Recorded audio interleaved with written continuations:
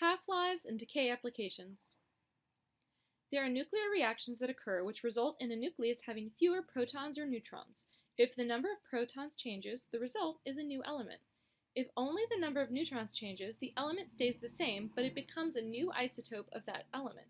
Spontaneous transformation, those that occur without outside forces, result in a reduction in the number of protons and/or neutrons, so it's called nuclear decay. It's impossible to predict if an individual nucleus will decay, but given a large number of nuclei, the percentage which will decay in a fixed amount of time is predictable. The time it takes for half of the nuclei in a sample to decay is called the half-life of that isotope. After each half-life, half of the nuclei have decayed. Since this rate of decay is so predictable, it can be used to date how long ago a substance was created. This is done by measuring the ratio of the amount of the original nuclei to the decayed nuclei. From that, the number of half-lives which have occurred is calculated. Since half-lives are known and predictable, the age of the object can be determined. When plants grow, they take in carbon from the atmosphere. That carbon decays from carbon-14 to nitrogen-14 over many years. By looking at the ratio of those elements, how old the living material is can be determined. The half-life of that reaction is 5,730 years. Each half-life results in a loss of half of the original substance. So when we start, we have 1 out of 1 as our fraction remaining. We have 100%, and no half-lives have elapsed. Then after one half-life has elapsed, we will now have 50% of the substance remaining.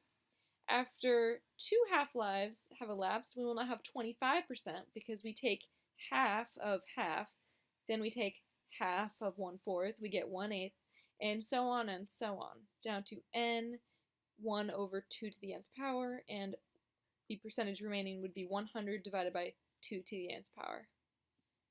Here is a graph that shows the amount of remaining substance over time. So here we have the amount of substance remaining and the number of half-lives.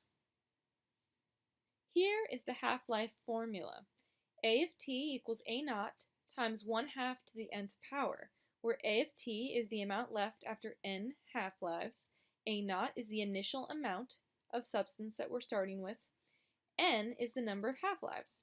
This can also be written as A of t equals A naught times 2 to the negative n power, taking advantage of the fact that 1/2 equals 2 to the negative 1 power. A can be an amount of mass, m, or the number of nuclei, n.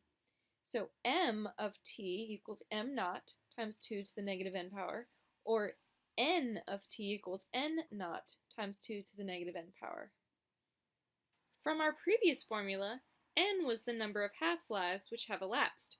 It can be calculated on its own using the formula n equals t over tau, where t is the time elapsed and tau is the half-life of the material. Combining our formulas, we have A of t equals A naught times 2 to the negative n power, n equals t over tau, and that yields A of t equals A naught times 2 to the power of negative t over tau.